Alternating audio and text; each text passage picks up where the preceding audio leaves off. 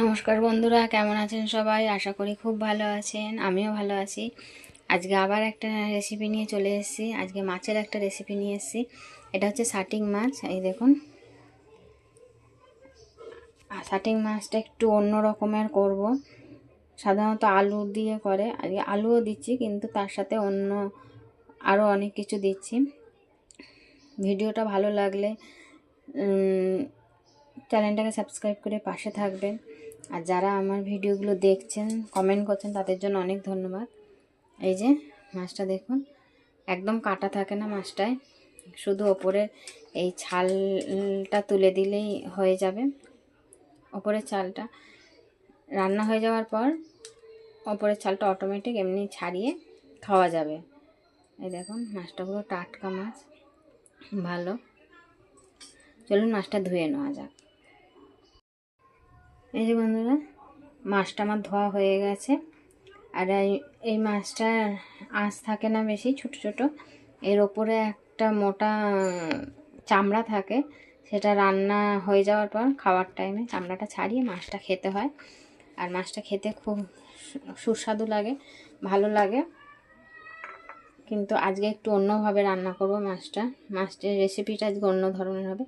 আমি নুন হলুদ মাখিয়ে নিচ্ছি, মাছটা ধোয়া হয়ে গেছে, আমি নুন হলুদ মাখিয়ে নিচ্ছি। চলুন দেখে নেওয়া যাক রেসিপিটা। এই যে শাটিং মাছের জন্য কি কি লাগছে, কি দিয়ে করছি আজকে বলে দিই, একটু অন্যভাবে করব বলেছিলাম। এই যে আলু এমনি লম্বা লম্বা করে কেটে নিয়েছি। এই যে দিচ্ছি পোস্ত, সর্ষে পাউডার, আর দিয়ে দিচ্ছি এই যে রসুন, পেঁয়াজ কুচি, টমেটো একটু বেশি দিচ্ছি, টমেটো কুচি, আর কাঁচা লঙ্কা। এর মধ্যে আদা পড়ছে না। আলুটা আমি সিদ্ধ বসিয়ে দিয়েছি। এই যে আলুটা একটু সিদ্ধ করে নেব। আর এই মশলাটা আমি করে নিচ্ছি, মশলাটাও করে নিচ্ছি। এর মধ্যে পোস্তটাও দিয়ে দিচ্ছি। এটা ভিজিয়ে দেবো আমি, সর্ষেটা ভিজিয়ে দেবো। এর মধ্যে কাঁচা লঙ্কা দিয়ে দিলাম।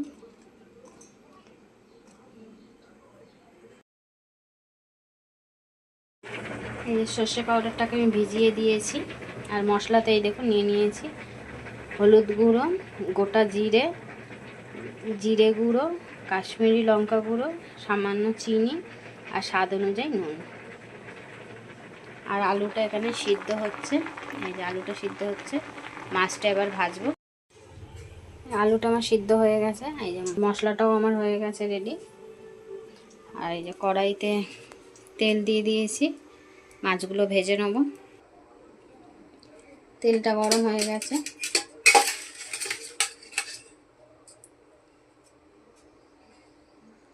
তেলটা গরম হয়ে গেছে, এবার আমি মাছগুলোকে দিয়ে দিচ্ছি।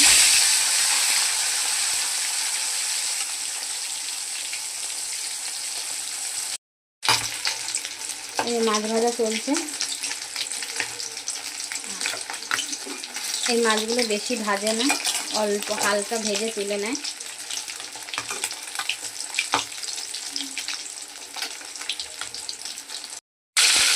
এই যে মাথা দুটো দিয়ে দিয়েছি, এদিকে ভাজা চলছে। এই বন্ধুরা, মাছ ভাজা আমার হয়ে গেছে। এই যে এই খোসাটা ছাড়িয়ে মাছটা খেতে হয়। এই যে এই খোসাটা ছাড়িয়ে মাছটা খেতে হয়। এই যে ফোড়নে এবার দিয়ে দিচ্ছি গোটা জিরে,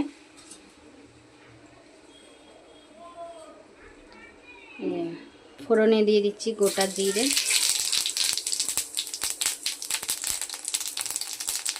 তারপর দিয়ে দিচ্ছি আলু, পেঁয়াজটা একটু পরে দেবো।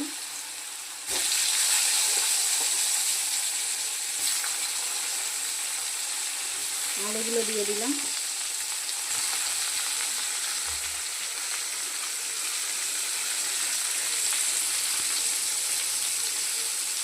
তারপর দিয়ে দিচ্ছি এই যে পেঁয়াজ কুচিগুলো, এটা একটু ভাজা হবে। এবার দিয়ে দিচ্ছি টমেটো কুচি,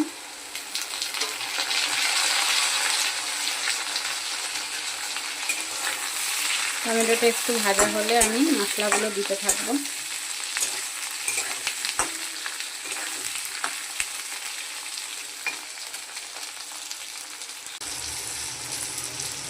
এবার দিয়ে দিচ্ছি এই মশলাগুলো, এই মশলাগুলো দিয়ে দিচ্ছি।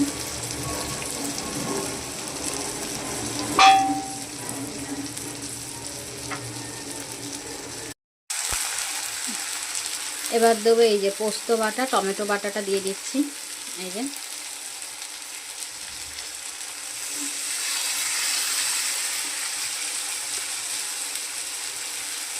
পোস্ত আর টমেটো বাটাটা দিয়ে দিলাম। সবার লাস্টে সর্ষেটা দেবো, যেহেতু সর্ষে বেশি কষালে তিতো হয়ে যাবে, তাই সবার লাস্টে দেবো। এইভাবে আপনারাও একবার এই রেসিপিটা করে খাবেন। এইভাবে আপনার কষানো হচ্ছে বন্ধুরা, এইভাবে আপনারাও একবার বাড়িতে এই মাছটা করে খাবেন। এইভাবে খুব সুন্দর খেতে লাগে। আমি একটু জল দিয়ে দেবো। এবার দিয়ে দিচ্ছি সর্ষে বাটাটা।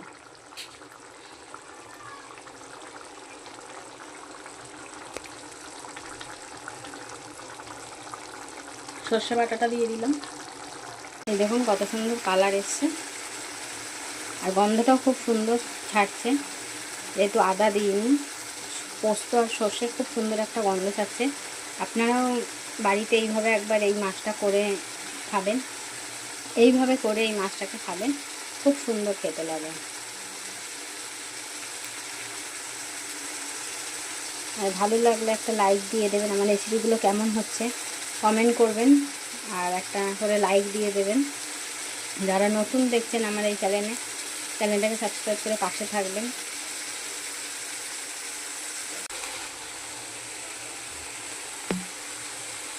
এবার আমি জল দিয়ে দিলাম, অল্প পরিমাণে জল দিচ্ছি,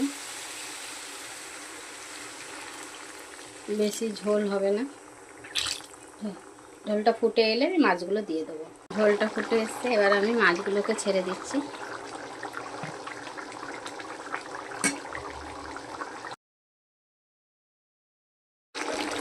এই যে আমার মাছের রেসিপিটা কমপ্লিট। কেমন লাগলো কমেন্ট করে জানাবেন। আমি এবার নামিয়ে দিচ্ছি।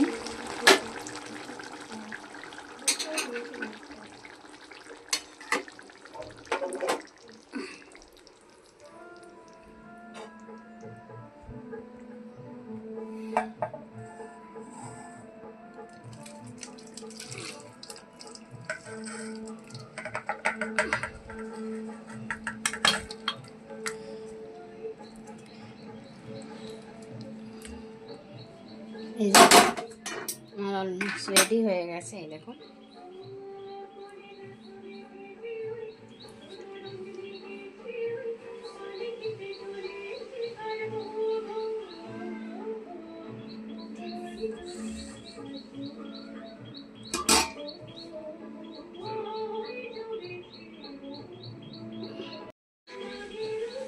এই যে আমি নামিয়ে নিয়েছি। দেখুন কত সুন্দর কালার এসছে।